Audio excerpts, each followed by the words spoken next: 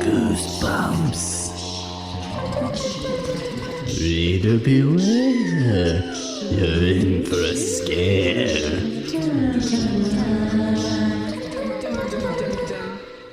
Okay, today we have another bump off series. So there's a series called Spinetinglers. Unfortunately, I didn't get my hands on any Spinetinglers, so I wasn't able to read one. But I've got the full list here, so we're going to give it a go. This is a long-ass series. It's weird because, a lot of these other ones, like Are You Afraid of the Dark or whatever, I'm like, I kind of get why they're not super common in the thrift stores and everything. I mean, like, okay, just to like give you some insight into this whole thing, like I started buying like Goosebumps and knockoffs at the thrift store. And like Goosebumps show up fairly frequently at the thrift store. I mean, like the same ones show up a lot, but it makes sense because like there are so fucking many of them and there are so many copies. Like it had such wide distribution. It's bound to show up. And then, you got some like outliers like The Snowman by R.L. Stine or The Strange Matter book or whatever.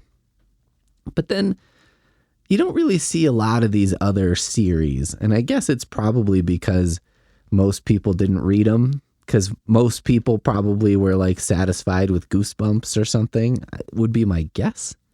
But you just don't see them around as much. But it's kind of shocking when you look at how many. Okay, let's see. 1, 2, 3, 4, 5, 6, 7, 8, 9, 10, 11, 12, 13, 14, 15, 16, 17, 18, 19, 20, 21, 22, 23, 24, 25, 26, 27, 28, 29, 30. There's like 30 in the series. You know what I mean? This is not an insignificant number of books. I mean, right? That's like more than Sue Grafton's series. And that's like a series known for having a shitload of books in it. So it's just kind of a weird thing. Like it's almost, I think, children's books, especially horror series, were books that were in the 90s, even at the time of their release, seen as kind of ephemeral.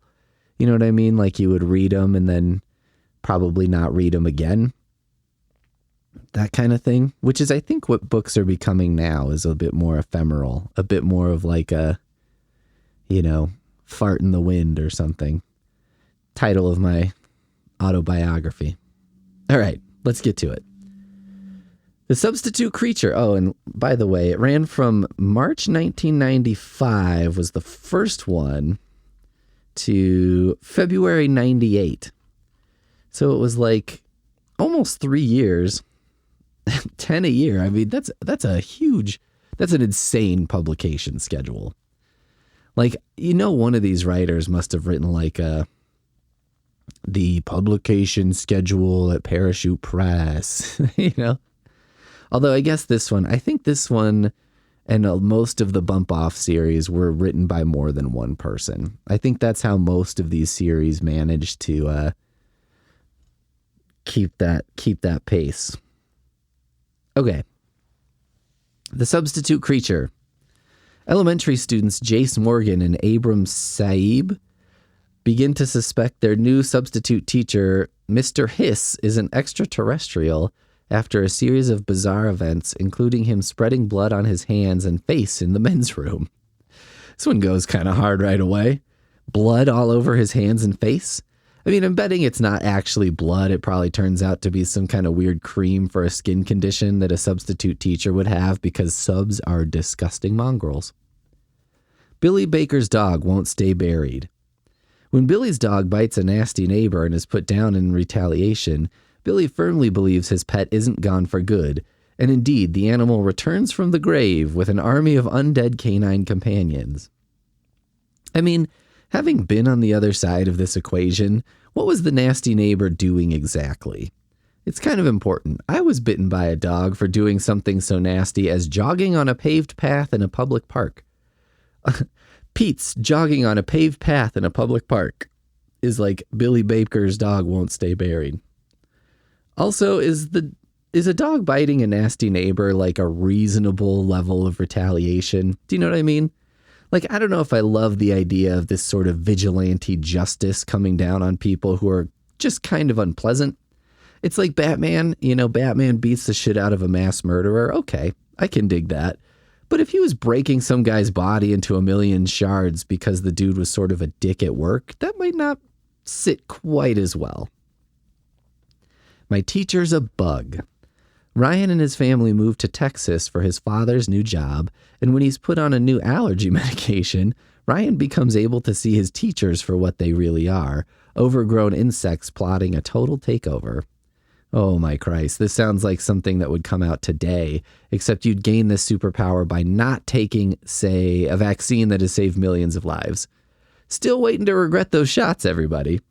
I've been told I would shrivel up and die by now, and I'm still alive. Maybe that's the threat. Maybe people saw me and were like, this whole COVID thing could be your ticket out of this mess, provided you don't get a vaccine. Where have all the parents gone? When the parents of Broxton begin to go missing, some kids and teenagers react by having fun. Others set out to uncover the truth and discover a secret alien invasion going on. I feel like a mix of fun and truth uncovering would be the most appropriate thing. I mean, on one hand, all the adults disappearing is concerning. On the other, I could probably solve the mystery while also eating a lot of candy and staying out super late and playing video games nonstop for a couple days. Check it out and die. Charlie and Dustin are initially happy that the new school librarian has been stocking the library with horror stories, but soon discover that their fellow students are vanishing and the stories are coming to life. I fail to see how this is a librarian's fault. By the by, there are only 2 books I remember checking out from the school library.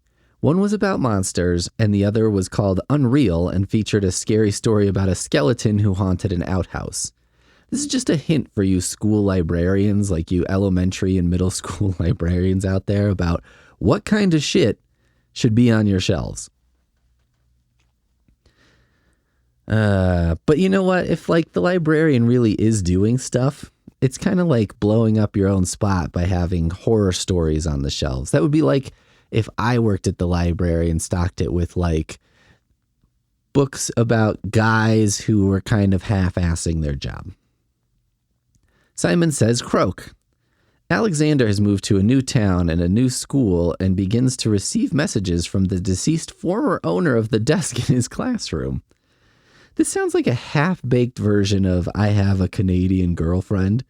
She's a model, which is why the picture I have of her is cut out of the Sears catalog. Instead of that, in this book we've got, I have a girlfriend. She's a ghost, but she's like a super hot ghost. Snow day. A group of students face terror when their school bus is caught in a raging snowstorm and they're forced to seek shelter at a sinister-looking abandoned farm. You know what? Honestly, beats the shit out of being in school. I maintain that nothing is worse than school. One time in middle school, we were bussed out to a farm and we picked carrots. It was raining and it was fucking freezing and everyone was falling down in the mud and I had a broken arm at the time and was basically useless. I remember this school day fondly because it was better than being in school. Don't go to the principal's office. Mr. Amstead is the new principal at Crosswell Elementary School, and Richard and Ted begin to suspect something is up when the students sent to his office undergo a complete personality change, possibly from being lobotomized.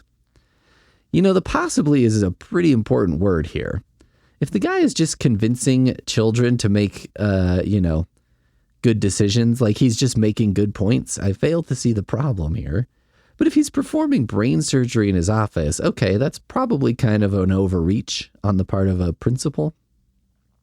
I mean, although I think about this, would you ever consider a lobotomy if you could be assured that you would be 10 times happier? Like if every time someone did it, they reported being 10 times happier, objectively, just across the board. Would a lobotomy be something you would consider from time to time? Step on a crack. The sidewalks are cracking, and there are strange fragrances and mysterious growls in the air. And only one kid can find evidence that any of this is out of the ordinary. Only one kid. One kid comes out of retirement.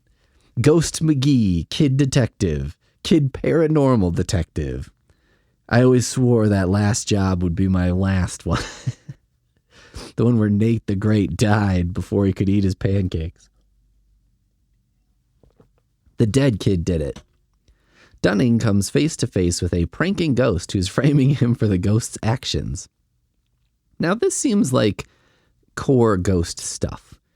Doing bad things is like how you spend your first year of ghosting, and then you advance to not only doing the bad things, but getting others who are alive to take the blame for them, thereby kind of doubling your ghosting effectiveness. You know, I kind of miss the days when ghosting wasn't just about efficiency, but at the same time, I don't know, there's something to be said for it. Fly by night. The crows in town are acting strangely, and Ty believes old Mrs. Crow may know something about it. How would a crow have to behave to make you suspect it was behaving strangely? Like hanging upside down from tree branches or something, drooling blood, smoking? As in smoke coming out of its body, not smoking a cigarette. I could kind of believe a crow could be taught to smoke cigarettes. Would smoking be a problem for wild animals who are almost certainly going to die in some violent way as opposed to living to a ripe old age anyway? You know what I mean? Like, I feel like wild animals all die in the equivalent of their early 20s. I don't know. Killer computer. Jenny and her younger brother Brian, hey Brian, encounter a monstrous creature that wants to escape from cyberspace and into the real world, bringing its deadly games with it. Jesus Christ, here we go again. I wonder if modern horror writers are as obsessed with this idea as writers were back in the day. Like maybe growing up with video games has taught my generation that they're fine. New generations of video games are annoying and stupid and not as cool as ours, but they're not like dangerous. You know what I mean? Ryu from Ninja Gaiden's not going to come out and kick my ass. Pet store. Amber, what a title. Amber and her family move to a new town, but Amber soon finds out the dogs are really in charge while the humans are their pets. This is the sort of thing you should really look into before you move somewhere. Maybe look at Google Streets and see if there are dogs walking on their hind legs and wearing little uniforms and stuff. Actually, now that I say it, if I saw that, I would probably put all my shit on the curb and move there immediately. I'd take the risk. I have to be the pet? All right. You know. Blood Red 8-Ball. Craig gets pulled into a pool-themed virtual reality game where he soon finds that the 8-ball isn't like normal ones. It's evil. No! Another video game virtual reality gone wrong, huh? And this is in a pool game like billiards? No kids liked playing pool on the Nintendo. That was something your dad had or something. The cover would just have some babe on it, but then you put the game in and it just looks like you're interacting with a geometry textbook. Escape from the haunted museum. Trapped in a museum overnight, Tony and his friends discover that the exhibits come to life during the late hours. You know, if I curated a museum, do you think I'd be able to keep my job if I put up a glass case with crazy-looking laser guns in it that said, in case of exhibits coming to life, break glass? Like, if that was the only thing in the whole museum that was just, you know, a big gag, do you think I could get away with that? Like, maybe that's the kind of thing you have to work there for 10 years and build up a reputation, and then they're like, all right, you can do it. We wish you a scary Christmas. A pair of kids discover that their neighbors are holding an amnesiac Santa Claus in their home.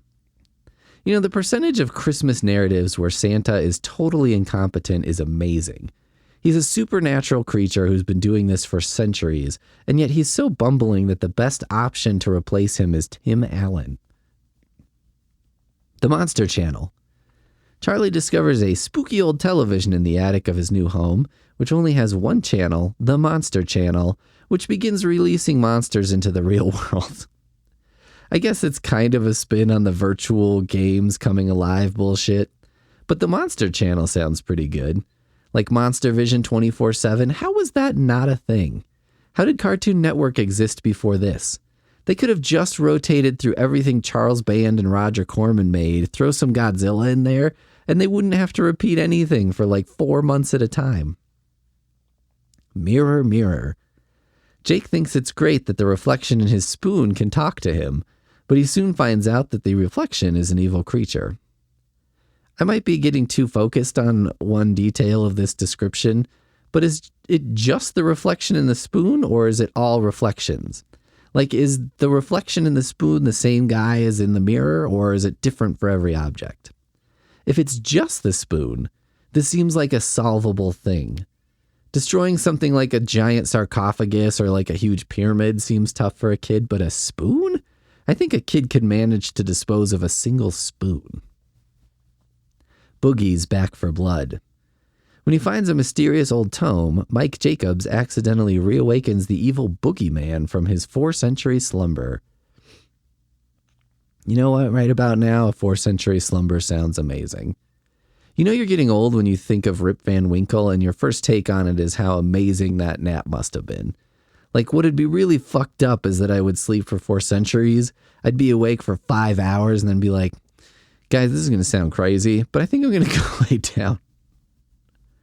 Lights, camera, die. Mr. Faust runs the Oddly Theater, playing horror films day and night, but it soon turns out he's trapping kids invited as special guests in the movies. So I guess this is kind of a last action hero, or, you know, the first part of it, a reversal of the virtual coming into the real world. You know, if I had to be trapped in a horror movie, I'm trying to think of which ones had the best outcomes for the largest number of people. The Ring would probably be a good choice for most people, but I do a lot of thrifting, and I feel like my chances of coming across that cursed VHS on the thrift store shelves would be kind of high, and I don't know if I'd be able to resist the urge to get it. Camp Crocodile. A summer camp turns out to be more than it seems when a giant crocodile begins targeting the kids. I mean, this is one that we've seen a couple times, and it's barely a horror story. It's more just like, what if a crocodile started shredding through a camp? Which is a great idea, don't get me wrong. I just have a feeling the gore quotient isn't quite high enough to make this really work. Gore quotient. Student exchange. Something weird is going on at Westview Elementary School as James discovers when one of his classmates disappears and a mysterious boy turns up wearing the same pendant as the odd new kid, Marilyn. I mean, sure, Marilyn with the odd pendant. My level of concern on this would depend heavily on which classmates disappeared. If it was like the one friend I usually had in school, it would be a big fucking problem. Or if it was like, you know, the one girl who would take pity and go to homecoming with me, problem. But, you know, just about anyone else, and I would probably be mildly interested in the rumors, but ultimately I don't think it'd change my life too much. Like, if these weird body swap people could just be a little more careful, maybe pick one kid from each school in the same town instead of all from the same class, this would probably be a lot smoother. Maybe they need someone like me to talk some sense into them, like a project manager for body swapping. Give me back my brain. Max encounters a pair of mad scientists who are creating a super robot and want to use his brain as the final piece. At first he thinks his new robotic body is great, but he soon finds out that no one believes it's him and the scientists are out to bring him under their total control. I always wondered if a robot body would be pretty cool. I mean, you could never smell a flower again, but who gives a shit? I don't smell flowers now. I rarely encounter flowers. Meanwhile, I'd never need to sleep again, and I could crush things with my hands, like I could rocket boost everywhere instead of driving. That's an amazing life. Your turn to scream. Michael gets sucked into a mysterious board game and must play his way through assorted dangers to escape. You know, it kind of goes into that same sucked into a video game thing. However, being a board game does add a level of terror for me personally. Like, I fucking hate board games, and this is genuinely kind of a scary thought for me. Like, having to be sucked into Monopoly and playing it for the rest of my life. Okay, Kathleen Dewey, author of Your Turn to Scream, you have my respect. The Curse of the Cheerleaders. The cheerleaders at Lincoln Elementary School have developed the ability to hypnotize people and are using their new powers to take control of others for their sinister purposes. Did elementary school have cheerleaders, and for why? There weren't like any sports teams or anything. Also, I'm deeply uncomfortable with this plot in a way that would be easily remedied by setting it in a college, which would turn this into a very fun romp. Wear and scare. Sam and his friends are preparing for a school event and rent Halloween costumes, just some event, and rent Halloween costumes from creepy old Mr. Slithern, only to find that the costumes are much more than they seem. You know, I've never been a costume rental guy. Call me crazy, I just think it's a weird thing to do. Although maybe if I lived a more party-going lifestyle, I would consider it. I bet rental costumes are pretty great looking, though. They have to be, right? I guess the other good thing is, like, even if they cost a little bit more, you don't have to, like, decide what the hell to do with it after Halloween's over. Lizard people. Michael gets caught in an alternate world where everyone, including himself, is now a lizard person instead of a human and must try to escape. This is uncomfortably close to some weird Jewish stereotype conspiracy theories I've recently become aware of. Although I guess if our character is also a lizard person, there's really not a problem here, right? I mean, if he is in the lizard world as a human, that seems like a problem. But being in the lizard world as a fellow lizard, Circus freaks. Charlie and Jenna decide to dress up as freaks for the school circus play. However, they find themselves in a lot of danger when a real circus comes to town with some real freaks. Oh, finally, a freak show. I feel like the freak show is due for a resurgence. Don't ask me why. I just think it's something that's ready to come up again. Like how there's a new vampire fad every decade or so. My dentist is a vampire. Brian's new dentist is Dr. Van, whose office turns out to be a house of horror, home to bloodsuckers of all kinds, including Dr. Van himself. You know what? I would be totally fine with my dentist being a vampire if he did a good job. Even if he was killing people and feeding on them. I mean, I feel like if you're a vampire dentist's patient, you're relatively safe, right? If he kills you, there goes his cash cow. And you know, like, I don't know what my dentist is up to in his free time. Like, he could be, who knows? I don't even want to speculate. But like, if I found out he was up to something somewhat unsavory, but that wouldn't affect his work abilities, I'd be like, well, what are you going to do? Saber-toothed tiger. The neighbor of Alan Evans goes missing after Alan sees a trio of menacing-looking cats outside the neighbor's home. Now the cats are after Alan, and he must fight back by taking feline form himself? That one kind of went hard at the end, huh? I have no choice but to become that which is hunting me, which happens to be a cat. I mean, a neighbor going missing, followed by seeing a trio of cats, that seems like a coincidence, doesn't it? Like, if my neighbor went missing and then I saw 3 cats sitting on the porch, I don't think I'd be like, suspects number 1 through 3 right there.